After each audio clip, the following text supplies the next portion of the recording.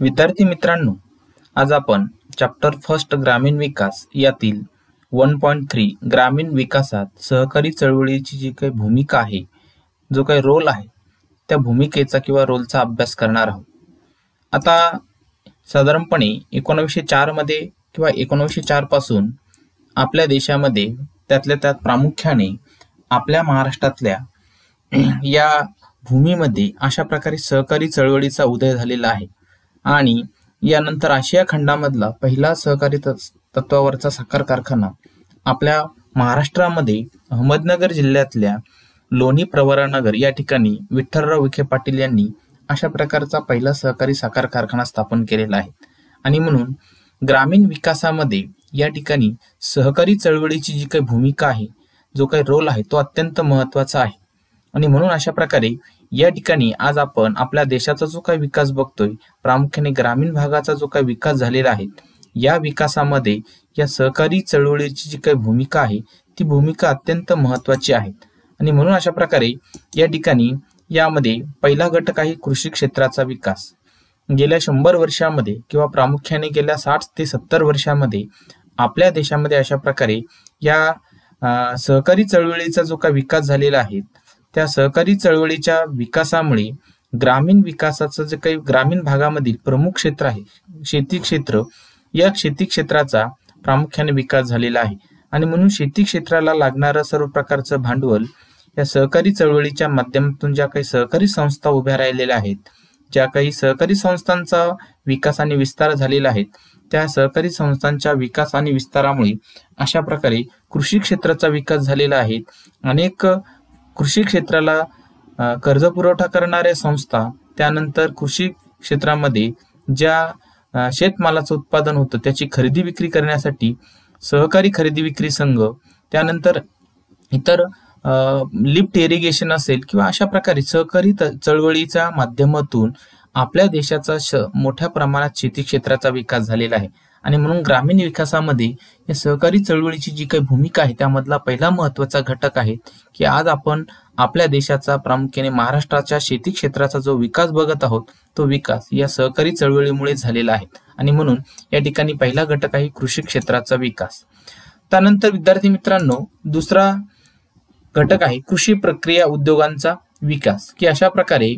जसं आपल्या देशामध्ये प्रामुख्याने महाराष्ट्रामध्ये अशा प्रकारे सहकारी चळवळ अधिक जोमाने विकसित होऊ लागली, सहकारी चळवळीचा विकास आणि विस्तार मोठ्या प्रमाणात होऊ लागल्या, अनेक प्रकारच्या सहकारी संस्थांची स्थापना झाली, अनेक प्रकारे शेतीशी संबंधित अनेक ज्या काही सहकारी संस्था स्थापन झाल्या, त्या सहकारी संस्थांच्या माध्यमातून येणाऱ्या काळामध्ये मोठ्या प्रमाणात कृषी प्रक्रिया उद्योगांचा विकास आपल्या महाराष्ट्रात देशामध्ये मोठ्या प्रमाणात झालेला आहे। आणि म्हणून कृषी क्षेत्रामध्ये ज्या कच्च्या मालाचं उत्पादन होतं, त्या कच्च्या मालावर प्रक्रिया करून त्याचा अंतिम पक्क्या मालामध्ये रूपांतर करणं आणि असा माल देशात विदेशामध्ये त्याची विक्री करणं, त्या विक्रीपासून मोठ्या प्रमाणात नफा मिळवण्याचं काम या कृषी प्रक्रिया उद्योगांनी मोठ्या प्रमाणात केलेलं आहे। आणि म्हणून सहकारी चळवळ आपल्या देशामध्ये प्रामुख्याने महाराष्ट्रामध्ये एवढी विकसित झाली की त्यामुळे ग्रामीण भागाचा विकास हा या सहकारी चळवळीमुळे मोठ्या प्रमाणात झालेला आहे। आज आपण बघतो की अशा प्रकारे हा जो काही शेतीशी संबंधित जो काही कच्चा माल आहे किंवा शेती क्षेत्रात ज्या कच्च्या मालाचं उत्पादन होतं, असा कच्च्या मालाच्या उत्पादनाचं मोठ्या प्रमाणामध्ये त्याच्यावर प्रक्रिया करून त्याचा अंतिम पक्क्या मालामध्ये रूपांतर करणं आणि त्याची देशांतर्गत बाजारपेठामध्ये, आंतरराष्ट्रीय बाजारपेठेमध्ये विक्री करून मोठ्या प्रमाणात नफा मिळवण्याचं काम या ठिकाणी या शेती क्षेत्रात केलं जातं। आणि म्हणून सहकारी चळवळीमुळे ग्रामीण विकासामध्ये किंवा ग्रामीण भागामध्ये कृषी प्रक्रिया उद्योगांचा जो विकास झालेला आहे, या विकासामध्ये या सहकारी चळवळीची भूमिका अत्यंत महत्त्वाची आहे। आणि म्हणून मोठ्या प्रमाणात ग्रामीण भागातल्या लोकांना रोजगार देखील दिला जातो आणि या कच्च्या मालावर प्रक्रिया करून अशा प्रकारे त्याचा अंतिम पक्क्या मालामध्ये रूपांतर देखील केलं जातं। त्यानंतर तिसरा घटक आहे औद्योगिक वृद्धी किंवा वाढ, की अलीकडं मोठ्या प्रमाणामध्ये या सहकारी चळवळीच्या माध्यमातून ग्रामीण भागामध्ये देखील मोठ्या प्रमाणात अशा प्रकारे उद्योगधंद्यांचा विकास आणि विस्तार झालेला आहे। आणि उद्योगधंद्यांचा विकास आणि विस्तार असल्यामुळे या ठिकाणी आपल्या देशाच्या औद्योगिकरणामध्ये जी वृद्धी झालेली आहे किंवा औद्योगिकरणाचा जो काही आर्थिक विकासाचा जो वेग वाढलेला आहे, त्या आर्थिक विकासाच्या वेगवाढीमध्ये या सहकारी चळवळीची भूमिका अत्यंत महत्त्वाची आहे. कारण उद्योगधंद्याला लागणारा जो काही कच्चा माल आहे त्या कच्च्या मालाचं उत्पादन शेती क्षेत्रामध्ये किंवा ग्रामीण भागामध्ये घेतलं जातं आणि ग्रामीण भागामध्ये प्रामुख्याने ही जी काही सहकारी चळवळ विकसित झालेली आहेत या सहकारी चळवळीमुळे त्याचा परिणाम अशा प्रकारे मोठ्या प्रमाणामध्ये शेतमालाचं उत्पादन म्हणजे फळं असेल, फुलं असेल, अन्नधान्य असेल, त्यानंतर इतर अनेक प्रकारच्या औषधी वनस्पती असतील त्याचं मोठ्या प्रमाणात उत्पादन शेती क्षेत्रामध्ये होऊ लागलं आणि या शेती क्षेत्रातलं जे उत्पादन आहे त्या उत्पादनाला औद्योगिक क्षेत्रामध्ये एक प्रकारची मागणी निर्माण झाली त्याला आणि त्या मागणीतून अशा प्रकारे उद्योगधंद्याला लागणारा कच्चा माल त्या भौगोलिक प्रदेशामध्ये उपलब्ध होऊ लागल्यामुळे उद्योगधंद्याच्या आर्थिक विकासामध्ये मोठ्या प्रमाणात वाढ होऊ लागलेली आहे. त्यानंतर पुढचा चौथा महत्वाची भूमिका आहे की ग्रामीण भागामध्ये पायाभूत सुविधांचा विकास या ठिकाणी सहकारी चळवळ जसजशी विकसित होऊ लागली सहकारी चळवळीच्या माध्यमातून अशा प्रकारे अनेक प्रकारच्या सहकारी संस्था ग्रामीण भागामध्ये उदयास आल्या. अनेक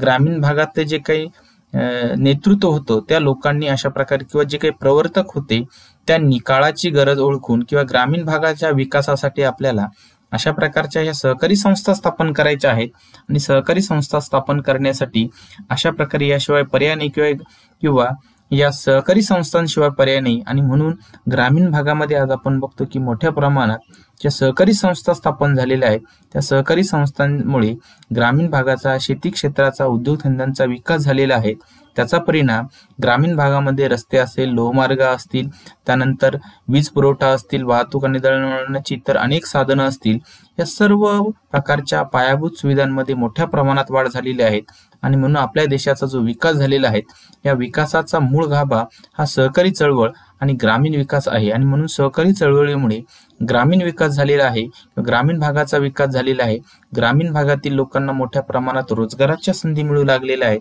आणि अशा रोजगार संधीमुळे त्यांच्या उत्पन्नात वाढ होऊन या ठिकाणी ग्रामीण भागामध्ये मोठ्या प्रमाणामध्ये या ज्या अनेक प्रकारच्या पायाभूत सुविधा म्हणजे रस्ते, लोहमार्ग असतील, जलमार्ग असतील, वाहतूक आणि दळणवळणाची इतर साधनं असतील किंवा वीज निर्मिती प्रकल्प असतील अशा प्रकारच्या अनेक ज्या पायाभूत सुविधा निर्माण झालेल्या आहेत या पायाभूत सुविधा या सहकारी चळवळीमुळे निर्माण झालेल्या आहेत.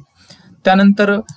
पुढचा पाचवा घटक आहे तो म्हणजे ग्रामीण भागातील लोकांच्या दरोडे उत्पन्नामध्ये मोठ्या प्रमाणात वाढ झालेली आहे की अशा प्रकारे सहकारी चळवळ आपल्या देशामध्ये मोठ्या प्रमाणात विकसित झाल्यामुळे सहकारी चळवळीचा विकास मोठ्या प्रमाणात आपल्या देशात झाल्यामुळे सहकारी संस्थांची मोठ्या प्रमाणात स्थापना झाल्यामुळे ग्रामीण भागामध्ये समजा शेतकऱ्यांना शेतमालाची खरेदी विक्री करण्यासाठी आवश्यक असणाऱ्या सहकारी संस्था स्थापन झाली, सहकारी साखर कारखान्यांची मोठ्या प्रमाणात स्थापना झाली, त्याच पद्धतीने पतसंस्था असतील, सहकारी पतसंस्था असतील, सहकारी गृहनिर्माण संस्था असतील, अशा प्रकारच्या सर्व सहकारामध्ये असणाऱ्या वेगवेगळ्या प्रकारच्या ज्या संस्था आहेत या संस्थांची स्थापना मोठ्या प्रमाणात झाल्यामुळे आणि प्रामुख्याने या ग्रामीण भागामध्ये जी काही जिल्हा मध्यवर्ती सहकारी बँक असेल, शिखर बँक असेल किंवा ग्रामीण भागातली प्राथमिक सहकारी सोसायटी असेल या सोसायट्यांच्या माध्यमातून अशा प्रकारे शेतकऱ्यांना शेतमालाचं उत्पादन घेण्यासाठी मोठ्या प्रमाणात अशा प्रकारच्या या सहकारी संस्थांच्या माध्यमातून कर्ज मिळू लागलं आणि कर्जामुळे लोकांच्या उत्पन्नामध्ये किंवा त्यांना शेतमालाचं उत्पादन घेणं शक्य झालं आणि शेतमालाच्या उत्पादनातून त्यांना अशा प्रकारे उत्पन्न मिळू लागलं आणि म्हणून आज आपण बघतो की ग्रामीण भागामध्ये या ठिकाणी शेतकऱ्यांच्या किंवा ग्रामीण भागात राहणाऱ्या लोकांच्या दरोडे उत्पन्नात जी वाढ झालेली आहे त्या दरोडे उत्पन्न वाढीचं मूळ कारण हे सहकारी चळवळ आहे किंवा सहकारी संस्थांचा विकास आणि विस्तार यामुळे झालेला आहे. आणि म्हणून दरोडे उत्पन्न म्हणजे प्रत्येक व्यक्तीच्या डोक्यामागे येणारं उत्पन्न किंवा देशाच्या राष्ट्रीय उत्पन्नाला देशातील एकूण लोकसंख्येने भाग दिला असता येणारं उत्पन्न त्याला आपण दरोडे उत्पन्न म्हणतो, पर कॅपिटा इन्कम म्हणतो. आणि म्हणून ग्रामीण भागामध्ये आज जे काही दरोडे उत्पन्नात वाढ झालेली आहे ते दरोडे उत्पन्नात वाढ होण्याचं सगळ्यात महत्वाचं कारण की भारतामध्ये ग्रामीण भागामध्ये ज्या काही सहकारी संस्था स्थापन झालेल्या आहेत त्या सहकारी संस्थांमुळेच खऱ्या अर्थाने ग्रामीण भागातील लोकांच्या दरोडे उत्पन्नात वाढ झालेली आहे. त्यानंतर पुढचा 6वा आहे की राष्ट्रीय उत्पन्नामध्ये वाढ,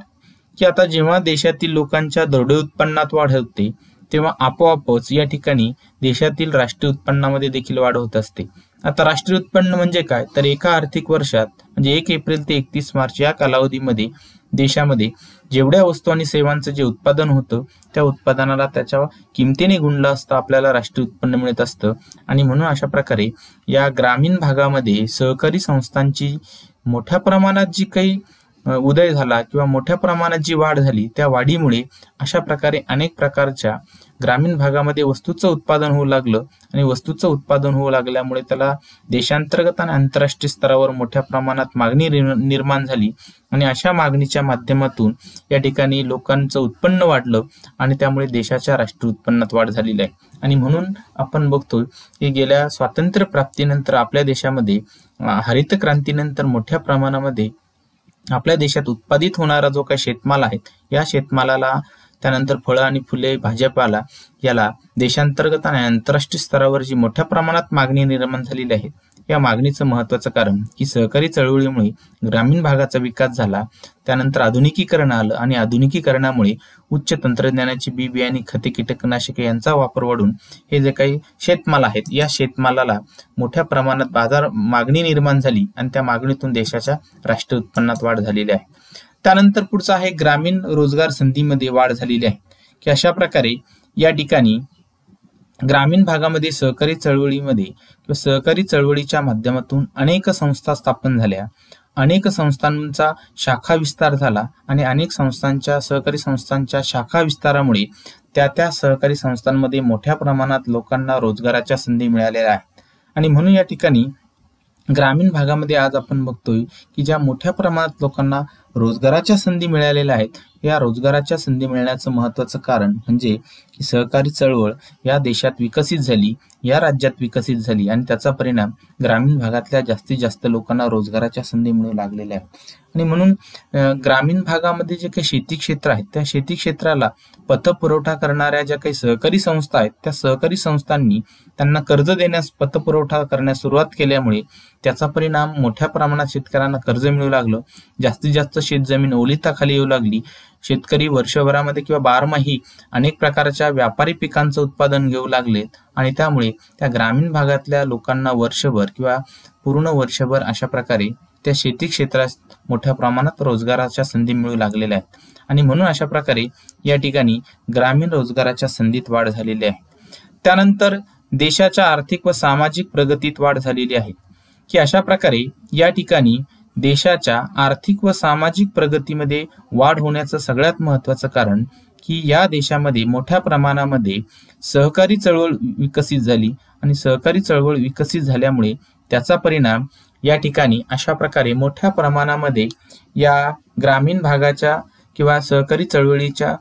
सहकारी संस्थांच्या शाखा विस्तारामुळे ग्रामीण विकास झाला आणि ग्रामीण विकासामुळे आज आपल्या देशाची प्रगती झालेली आहे किंवा आर्थिक आणि सामाजिक प्रगतीमध्ये सुधारणा झालेली आहे. आणि म्हणून हा एक महत्त्वाचा भाग आहे.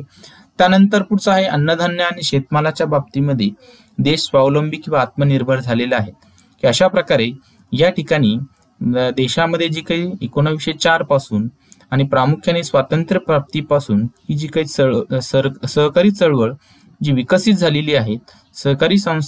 ज्या संस्था आहेत त्या संस्थांचा शाखा विस्तार विकास मोठ्या प्रमाणात होऊ लागला, तसतसं या शेतीला अन्नधान्य किंवा शेतीला कर्ज पुरवठा करणाऱ्या अनेक संस्था निर्माण झाल्या. तसंच शेतमालाच्या खरेदी विक्रीसाठी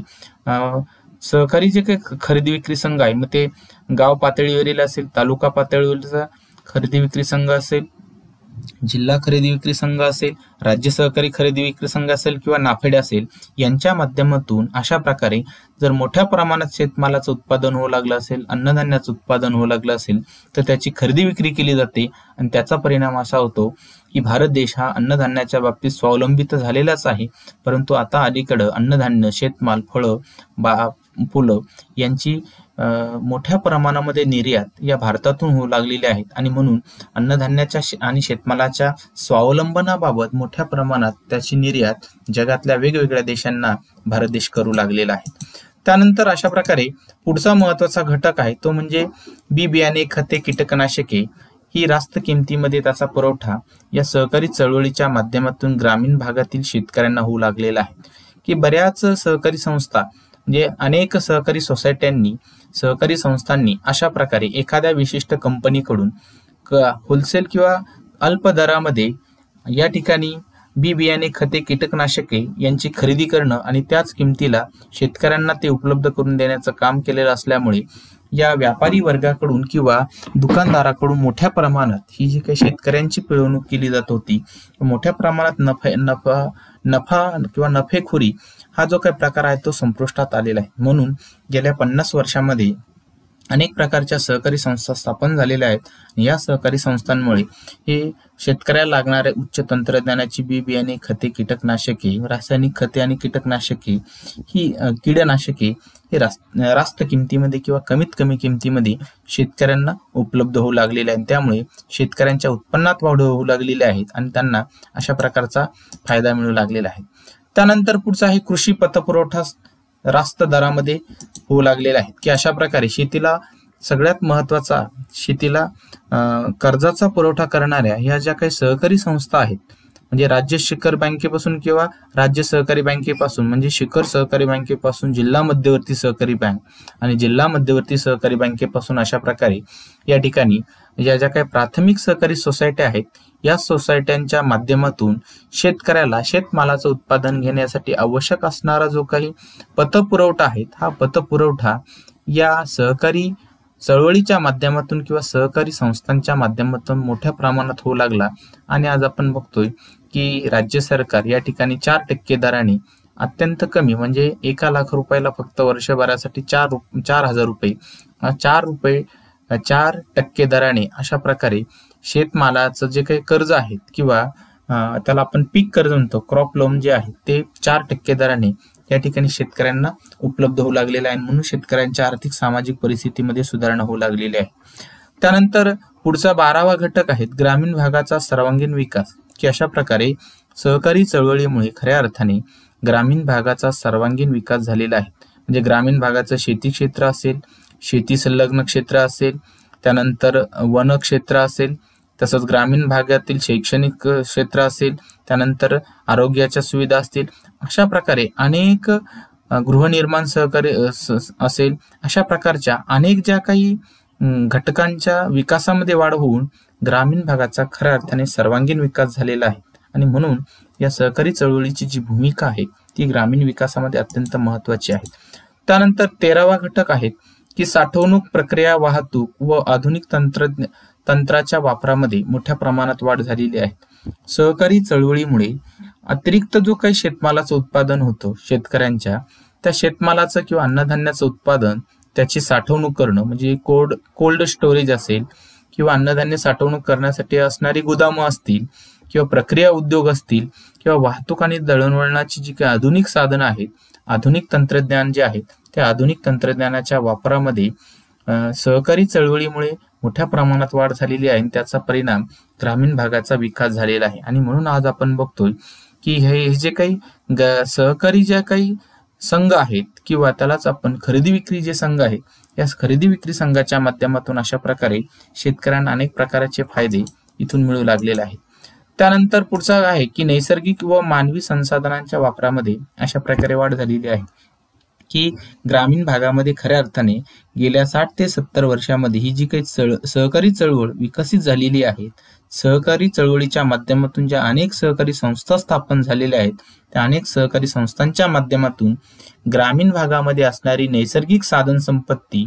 ग्रामीण भागामध्ये असणारं मानवी संसाधन किंवा लोकसंख्या यांच्या वापरामध्ये मोठ्या प्रमाणात वाढ होऊन ग्रामीण भागातील लोकांच्या उत्पन्नात, ग्रामीण भागातील लोकांच्या राष्ट्रीय उत्पन्नात आणि दरोडे उत्पन्नात मोठ्या प्रमाणात वाढ झालेली आहे. आणि म्हणून जास्तीत जास्त शेतजमीन ओलिताखाली आणणं किंवा त्याच पद्धतीने अशा प्रकारे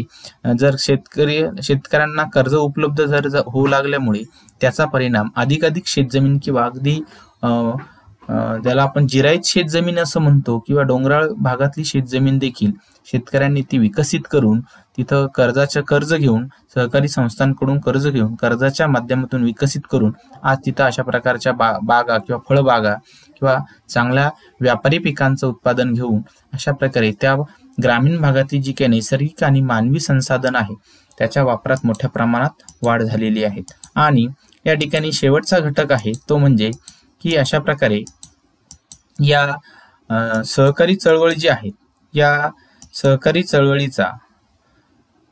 जी काही भूमिका आहे, म्हणजे ग्रामीण विकासामध्ये सहकारी चळवळीची जी भूमिका आहे त्यावर तुम्हाला प्रश्न विचारला जाईल की ग्रामीण विकासाचा अर्थ व व्याख्या सांगून